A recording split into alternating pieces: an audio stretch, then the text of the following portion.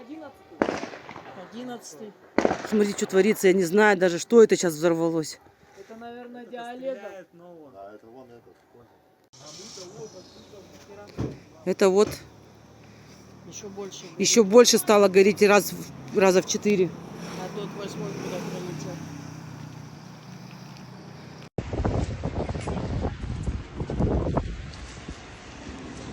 By far the most significant attack that Ukraine has mounted to date against Russia's long-range strike forces.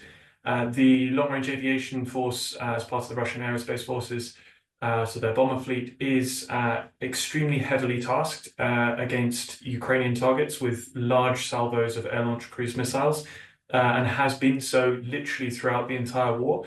They're also one leg of Russia's nuclear deterrent. The air-launched cruise missile leg with what we would term AS-23 or KH-102 nuclear missiles, or KH-101 conventional cruise missiles. Of the fleet is around 60 to 65 Tu-95s thought to have been active prior to this strike. So at least 8 destroyed, and potentially significantly more than that will be a significant chunk of the fleet's available assets.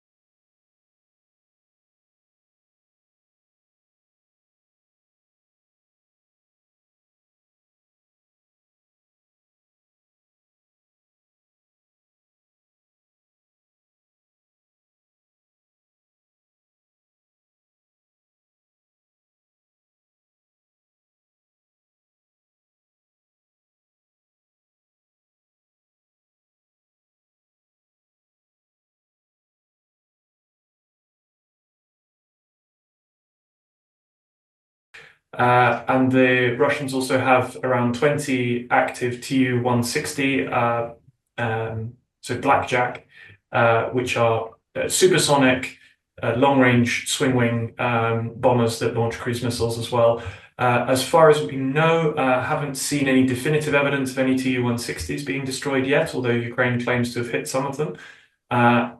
Therefore, from what we've seen so far, around the kind of 10% mark of Russia's airborne nuclear bomber leg for their cruise missile launchers, and could be up to around 20% or even slightly higher, depending on what the actual number destroyed is between what we've seen positively ID'd so far and what Ukrainian claims are for 41.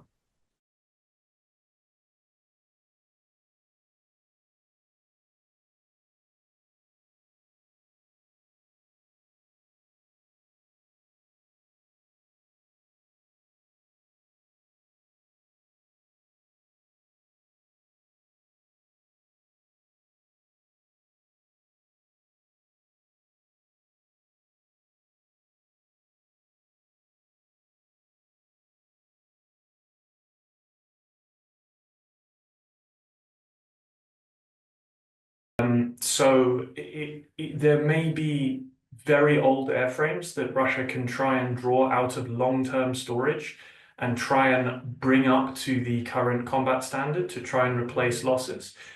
That will be very, very complex, difficult, and expensive, and will certainly take years. So replacing those losses will be very difficult there, if it is possible. The Tupolev 22 M3s, of which 3 to 4 seem to have been destroyed at least, have also not been in production since the 1990s. There are modernization programs ongoing for those airframes from Tu-22M3 to Tu-22M3M standard. Again, whether Russia can pull very old airframes out of long-term storage and get them up to M3 or M3M standard, it is possible, but it will take years and be very expensive. And so, yeah, essentially in the immediate foreseeable future, it's probably next to impossible for Russia to replace the losses that it suffered here. Yes, I'm sure a lot of air forces around the world are looking at this with some apprehension. I mean, this has been a threat vector to air forces on their bases, so short-ranged large-scale use of short-ranged UAVs from shipping containers, essentially, has been something that's been talked about as a threat in defense circles for many years now. This is the first time we've seen it used kinetically and in pretty spectacular fashion. The simple fact is that a lot of Western air forces as well would be deeply vulnerable to a similar attack. But as we've seen, this is not something for which the military can really defend itself alone. This is primarily a threat because the very short range of these small systems, they have to be brought close to the air bases in question and then launched. That's essentially a problem for the security services, so the intelligence services and the police. Оце так файно виглядає зараз аеродром Белая. Стратегічна ворожа авіація.